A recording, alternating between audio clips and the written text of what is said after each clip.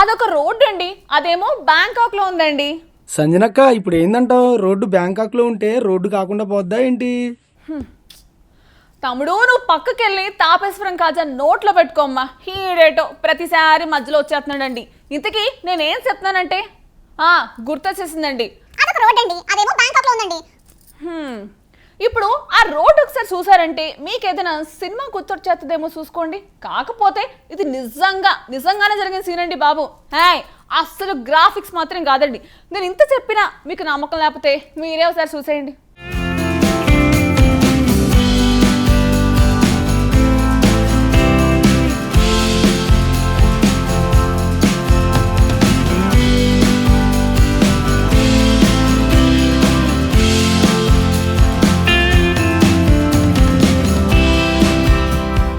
ఇదేదో చూడ్డానికి గ్రాఫిక్స్ ఏమో అని అనుమానం వచ్చినా మీరు చూస్తున్నది మాత్రం తిరుగులేని నిజమే.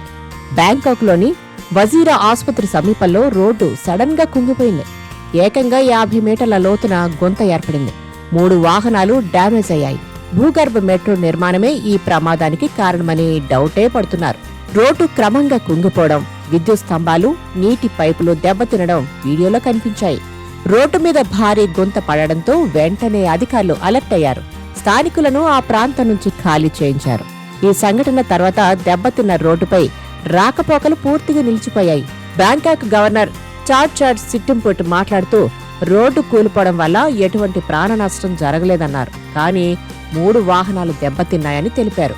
భారీ సింక్ హోల్లో ఒక కారు పడిపోగా మరో కారు అంచున చిక్కుకుపోయింది.